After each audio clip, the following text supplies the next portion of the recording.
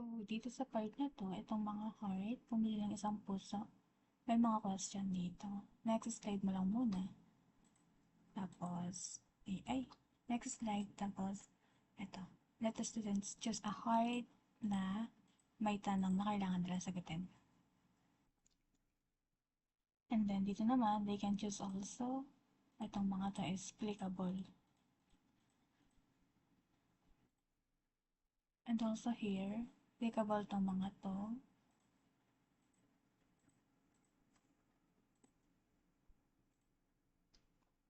Tapos dito naman sa group activity, itong mga phones na to is clickable din. Tapos itong icon or home icon, click mo lang yan para bumalik siya dito. Tapos ayan, clickable sila. Once natapos na lahat, click mo lang tong pangkatang gawain, itong letters sa taas para mag-proceed na siya sa next slide.